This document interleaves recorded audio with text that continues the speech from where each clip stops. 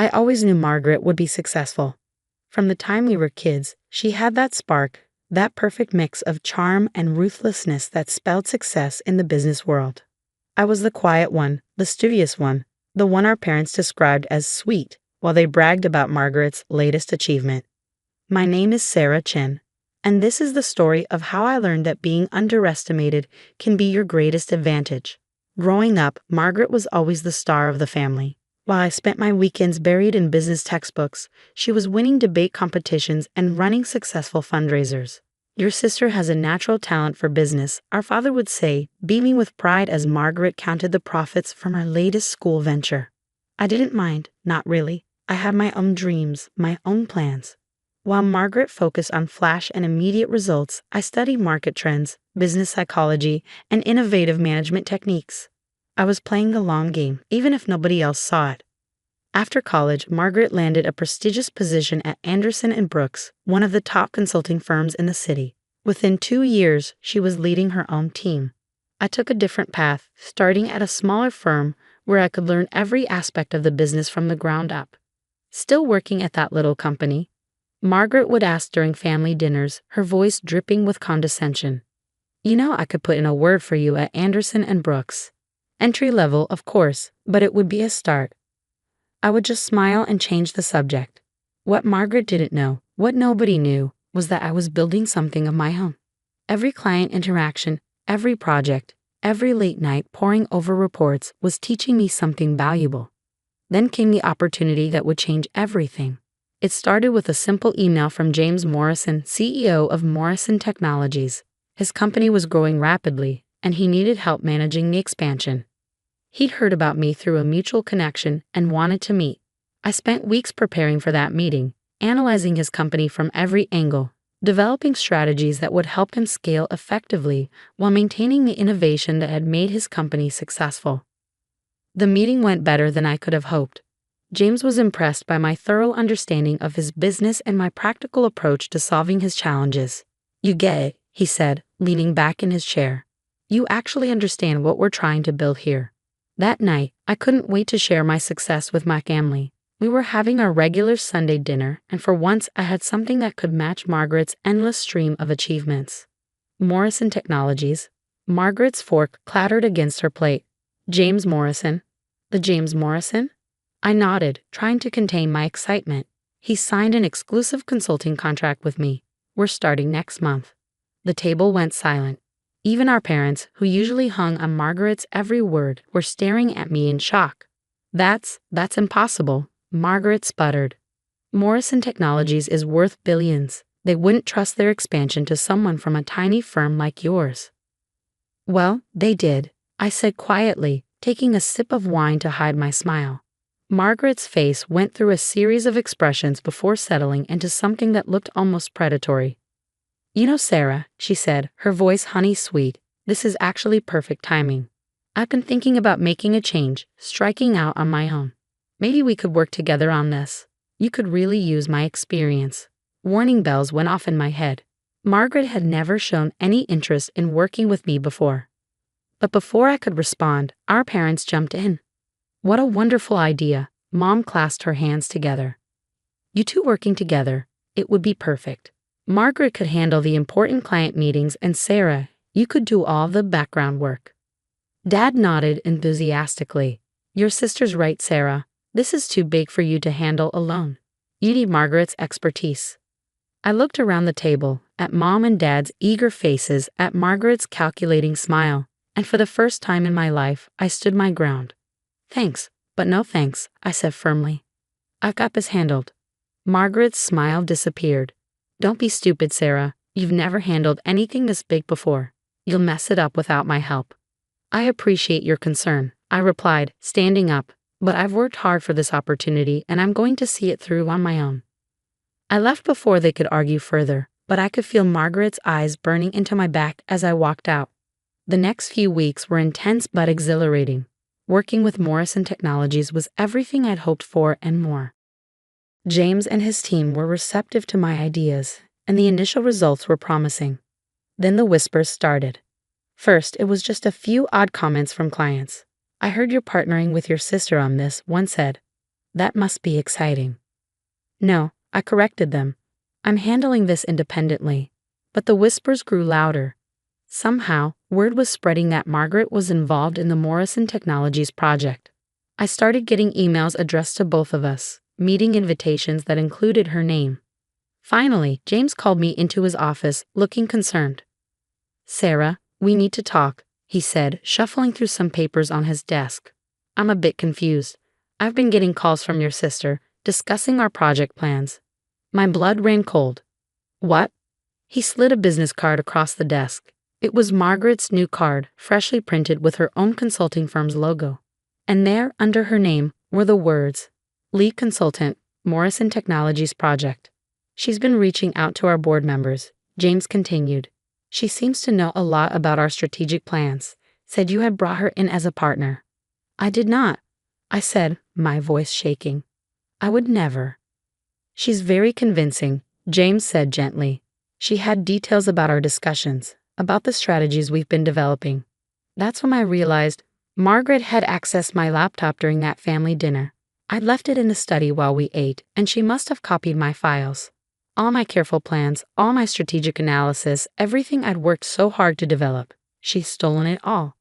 The next few days were a blur of damage control. I tried to explain to James what had happened, but Margaret had already sunk her claws in deep. She convinced several board members that she was the real business genius behind the strategies, that I was just the detail person who'd helped with the grunt work. It all came to a head at the next board meeting. I walked in to find Margaret already there, perfectly poised in her designer's suit, presenting my ideas as her own. As I was explaining to the board, she said smoothly as I entered, "My sister's initial work provided a good foundation, but what you really need is someone with high-level experience to execute these strategies properly." I stood there, watching as she displayed slides I had created, discussed concepts I had developed, all while our parents' words echoed in my head. "This is too big for you to handle alone." When Margaret finished her presentation, she turned to me with a smile that didn't reach her eyes. "Sarah, dear, why don't you share your thoughts? I'm sure you have some minor details to add." That was the moment everything changed. Looking at my sister's smug face, at the board members nodding along with her, something inside me snapped, but not in the way they expected. I smiled back, gathered my things, and walked out without saying a word. Margaret had won this battle. She could have Morrison Technologies, but she just taught me the most valuable lesson of my life. Trust no one, document everything, and always have a backup plan. That night, I sat in my apartment, surrounded by years of research, client notes, and business plans. Margaret might have stolen my biggest client, but she hadn't stolen my brain, my experience, or my determination. I opened my laptop and created a new folder, Phoenix Consulting. It was time to rise from the ashes. The first thing I did after losing Morrison Technologies was document everything. Every email, every presentation, every strategy document I created. I compiled it all into a detailed portfolio, not for legal action, but for something more valuable, proof of my capabilities. Margaret might have stolen my work, but she couldn't steal my process. I spent the next month rebuilding from scratch. During the day, I continued working at my small firm, but my nights were dedicated to developing Phoenix Consulting. I wasn't just creating a business, I was creating something that would change the entire industry's approach to strategic growth. While Margaret focused on flashy presentations and big promises, I developed a unique methodology combining data analytics with human-centered design thinking. It wasn't sexy, but it was revolutionary. "You're making a mistake," my mother said during one of her guilt trip phone calls. "Margaret's doing so well with Morrison Technologies. She could still bring you in." I cut her off mid-sentence. "Mom, I have to go. I'm meeting with investors." That wasn't entirely true. I was actually reviewing startup incubator applications. I'd realized something while watching Margaret steal my work. The real opportunities weren't with established corporations like Morrison Technologies. They were with innovative startups that needed help scaling effectively. The first break came from an unexpected source. Lisa Zhang, a former colleague from my small firm days, had joined a promising AI startup called Neuratech. They were brilliant at technology but struggling with business development. "Their tech is amazing," Lisa told me over coffee, "but they need help translating it into actual market success." I remembered how you helped scale that healthcare app last year. I spent that night reviewing Neurotech's business model and developing a preliminary strategy. By morning, I had a detailed proposal that showed exactly how they could optimize their growth while maintaining their innovative edge.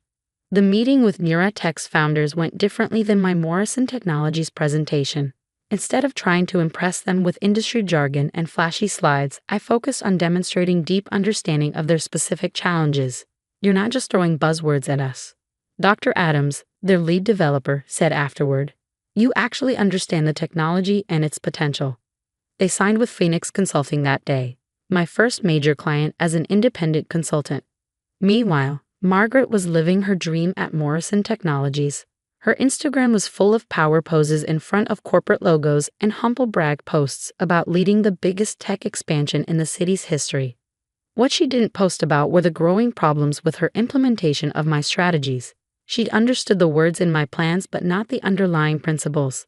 It was like someone following a recipe without understanding cooking. One small change could ruin the entire dish. I heard through industry contacts that projects were running behind schedule, costs were spiraling, and team morale was plummeting. Margaret's solution was to call more meetings and create more PowerPoint presentations. But I was too busy to gloat. Neurotech's success with my methods had caught attention in the startup community. Suddenly, my inbox was full of inquiries from other innovative companies looking for similar results. I hired Lisa away from her job to help manage the growing workload. Then I brought in David Martinez, a brilliant data analyst I'd worked with on previous projects. Within 6 months, Phoenix Consulting had grown to a team of 10, each person carefully chosen for their expertise and commitment to our methodology. 1 year after Margaret's betrayal, I was sitting in my new office reviewing quarterly reports when Lisa burst in. Have you seen this? She asked, holding up her phone. It was a news article about Morrison Technologies. The stock had dropped 30% after a disastrous quarterly report. The ambitious expansion Margaret had been managing had failed spectacularly. Sources inside the company cite mismanagement and poor strategic planning as key factors in the downturn. The article read, several board members have called for a complete review of all recent strategic initiatives. I set the phone down and turned back to my work. I had proposals to review for 3 new clients, all referred by satisfied customers. That weekend, during our mandatory family dinner, Margaret was uncharacteristically quiet. The usual designer outfit was replaced with something off the rack, and dark circles showed through her carefully applied makeup. The market is just volatile right now, she said defensively when Dad asked about the Morrison Technologies news. Everything's under control. I have a plan. I focused on my food, but I could feel her eyes on me throughout the meal. Finally, as I was helping Mom clear the dishes, Margaret followed me into the kitchen. Look, she said, voice low. I know we've had our differences, but I need your help. The board is breathing down my neck, and nothing's working like it did in your original plans. I placed the dishes in the sink carefully before turning to face her. Nothing's working because you don't understand the underlying principles. You stole the what but didn't comprehend the why.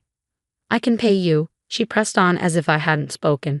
Morrison Technologies has a generous consulting budget. No, I said simply. Don't be petty, she snapped, mask slipping. This is business. I need those strategies updated. Those weren't just strategies, Margaret. They were a complete methodology that required understanding the company's DNA, their team dynamics, their true potential. You can't just copy and paste success. Oh, and I suppose you're some kind of business genius now, she sneered. I saw your little startup clients, playing with companies nobody's ever heard of. I pulled out my phone and pulled up Phoenix Consulting's latest financial report. Here are the numbers for my little company. We're projecting 300% growth this quarter. Every single one of our clients has exceeded their growth targets, and we have a waiting list of companies wanting to work with us. Margaret's face went pale as she looked at the figures. How? That's impossible. You've only been operating for a year. I've been operating my whole life, Margaret. While you were focused on looking successful, I was learning how to create success. Real, sustainable, repeatable success. The next month, everything fell apart for Margaret. The Morrison Technologies board called for an independent audit of all her work.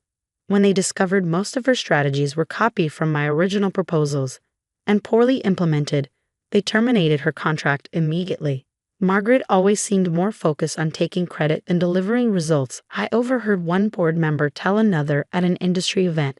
The real question is, who actually developed those initial strategies? They were brilliant, just badly executed. I didn't step forward to claim credit. I didn't have to. My success was speaking for itself. Phoenix Consulting continued to grow. We moved into larger offices, expanded our team, and developed new methodologies for different types of businesses. Our client success stories attracted attention from major business publications. The Phoenix Approach: How a boutique consulting firm is revolutionizing business growth, read the headline in Business Weekly. The article detailed our unique methodology and outstanding success rate, featuring interviews with satisfied clients and industry experts. Margaret tried to rebuild her reputation, but her association with the Morrison Technologies failure followed her. She started her own consulting firm, attempting to copy Phoenix's methods, but without understanding the fundamental principles, she couldn't replicate our success. Then came the final blow. James Morrison himself reached out to me. "I made a mistake," he said during our meeting. "I let politics and flashy presentations distract me from what really mattered: actual results. Would you consider taking Morrison Technologies back as a client?" Under new management, of course. I considered it for a moment, then shook my head. I appreciate the offer, but Phoenix Consulting is focused on working with innovative companies that are trying to build something meaningful. I'd be happy to refer you to some other consultants who might be a better fit.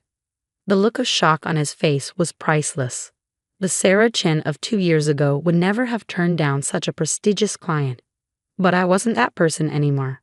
Last week, I received an invitation to speak at the annual Business Innovation Summit, the same event where Margaret had once mockingly suggested I could hand out programs. My keynote speech would be about authentic leadership and sustainable business growth. The day before the summit, I received a text from Margaret. "I heard you're speaking tomorrow. Mom and Dad want to know if you can get them VIP passes." I stared at the message for a long moment before replying. "The event is sold out, but I heard they're streaming it online. Registration is $500 per person. Maybe you can expense it to your new company?" Oh wait, perhaps that was petty, but after years of condescension and manipulation, it felt good to finally stand my ground. The morning of the summit, I stood at the podium looking out over a sea of eager faces, entrepreneurs, business leaders, and innovators who were there to learn from my experience. In the middle of my speech about authentic success and sustainable growth, I spotted a familiar face in the back of the room. Margaret had bought a ticket after all. She sat there in her off-the-rack suit, frantically taking notes as I explained the principles she had never understood. Our eyes met briefly, and for the first time in our lives, I saw something new in her expression: respect. After the speech, my phone buzzed with a notification. Margaret had posted on LinkedIn, "Congratulations to my sister Sarah Chen on an inspiring keynote at #BI Summit. Your success is well deserved." I should have listened years ago. I smiled and slipped my phone back into my pocket without responding. Some lessons have to be learned the hard way. Today, Phoenix Consulting has offices in 3 cities and a team of 50 brilliant professionals. Our client waiting list is months long, and we're constantly developing new ways to help innovative companies achieve sustainable growth. Margaret? Last I heard, she was filing for bankruptcy protection for her failed consulting firm. Mom still brings up at every family dinner how I should help her out, give her a job at Phoenix. I just smile and change the subject. Some people never learn, but I did. Success isn't about who can shout the loudest or take credit the fastest. It's about understanding, innovation, and staying true to your principles. And sometimes the quiet ones really do finish first.